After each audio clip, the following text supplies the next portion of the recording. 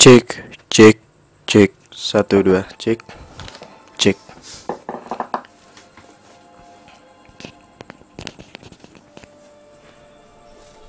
Oke teman-teman, assalamualaikum warahmatullahi wabarakatuh.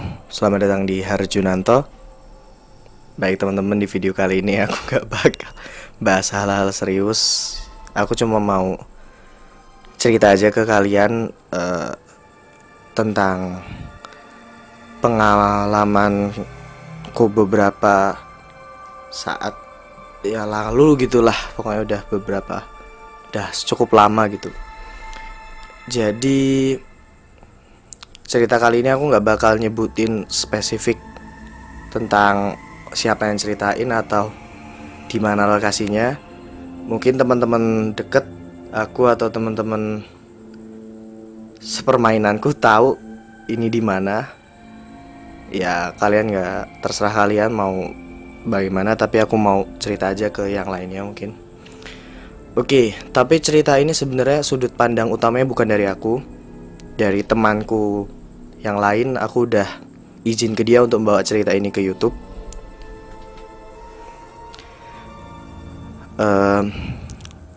Ya ceritanya bukan cerita yang happy atau yang gimana, cuma kenapa aku harus ceritain ke kalian karena ternyata sudut pandangku mungkin ada benarnya kayak gitu.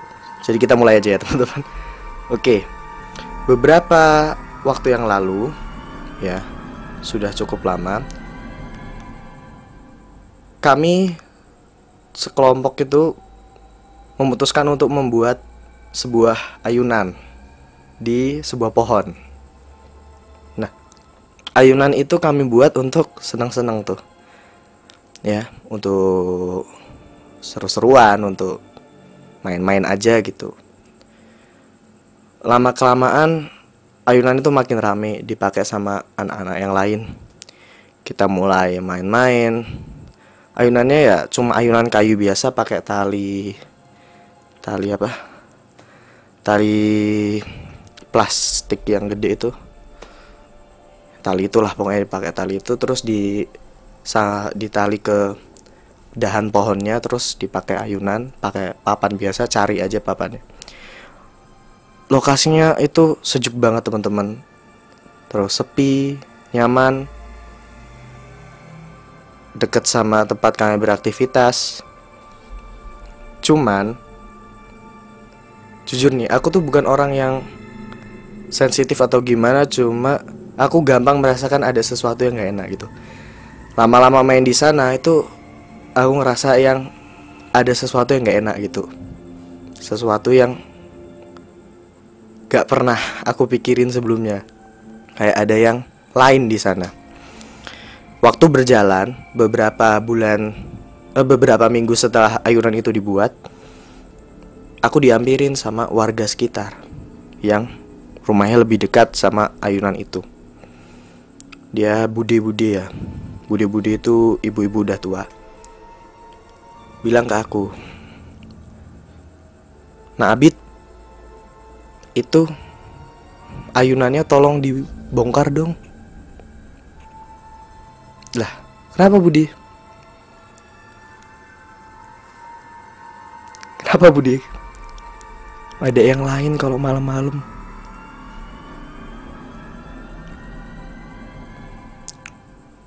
Bude sering ngeliat duduk sendiri.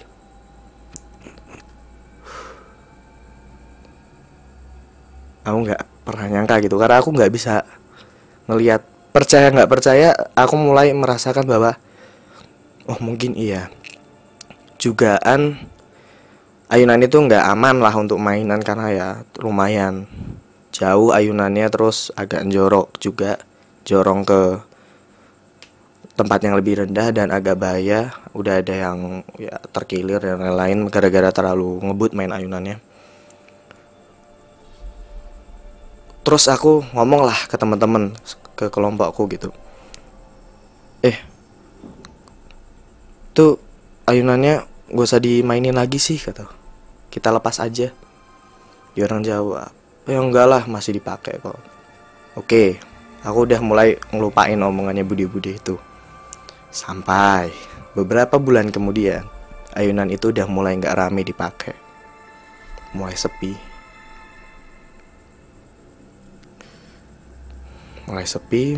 Sampai sama sekali gak ada yang mainin. Nah, siang-siang temanku itu lagi duduk tidak terlalu dekat dari ayunan itu, kayak 20 meter lah dari ayunan itu. Dia lagi bengong gitu. Ya orangnya memang suka bengong ya. Kamu tahu kan anak-anak yang kayak gitu. Entah ceritanya ini cuma imajinasi belaka atau enggak, percaya nggak percaya, aku cuma mau ceritain ke kalian aja, berbagi kisah aja.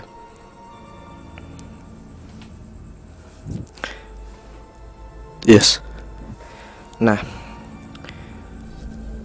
dia malam-malam tiba-tiba chatting ke aku gitu. Bit, ya apa? Ayunannya cepet dong. Itu dilepas. Ada yang sedih itu di sana. Dia mulai cerita. Nah ya, posisi itu dia tuh pokoknya sering duduk di 20 meter lah dari itu. Pokoknya bengong aja gitu orang ya. Terus dia bilang, kemarin aku kan ngelihat ke arah ayunan. Terus ada anak kecil lagi duduk di ayunan. Dia noleh ke belakang ngeliat aku. Karena aku penasaran, tak cek lah, kata dia kayak gitu. Dia deketin. Setelah dia dekat, dia sadar itu bukan manusia.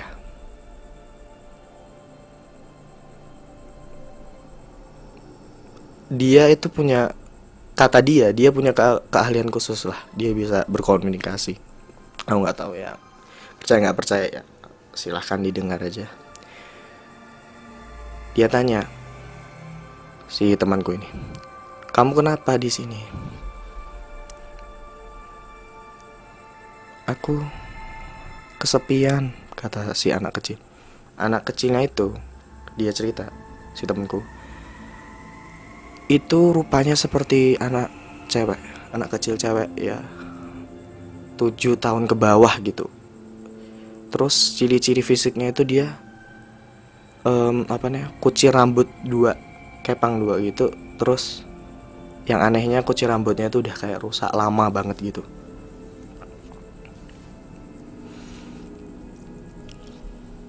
Ditanya lagi, kamu kok sendirian aja? Si anak kecil jawab, iya, aku udah gak punya siapa-siapa lagi. Orang tuamu di mana? Udah gak ada.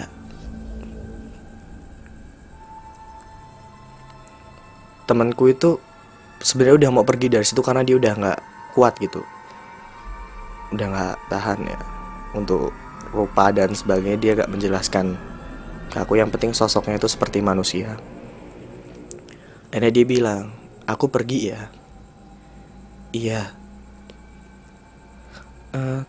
Si anak kecil bilang, tolong sih teman-temanmu diajak main ke ayunan ini lagi, biar rame, biar aku ada temennya gak kesepian. Dah. Setelah itu dia pergi dari ayunan. Tapi setelah aku tanya-tanya lagi lewat chattingan, aku tanya ke temenku itu, emang obrolannya cuma sebatas itu? Cuma kamu kayak gitu doang? Enggak, Bit. Dia ngobrol sama aku lebih dari itu. Dan hal itu gak boleh aku sampein ke siapapun. Intinya, kata temanku ini, kita harus selalu mendoakan agar dia dapat tempat yang lebih baik, bukan di ayunan itu. Jadi dia gak sendirian. Kita harus doain, karena juga dia gak pernah ganggu. Dia gak ganggu, cuma dia kesepian. Dia butuh teman. Dan dia merasa bahagia ketika rame-rame dengan manusia. Aku ngerasa kaget, karena gini, aku juga udah diberitahu sama budi-budi kalau ada hal yang ganjil di situ. Dan aku sebagai yang bertanggung jawab harus segera melepaskan ayunan itu.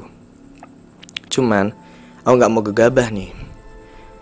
Aku tunggu saatnya. Dan tiba-tiba beberapa hari kemudian atau beberapa minggu, ayunan itu rusak sendirinya. Rusak, terbengkalai, gak pernah dipakai lagi. Gak ada yang mau benerin.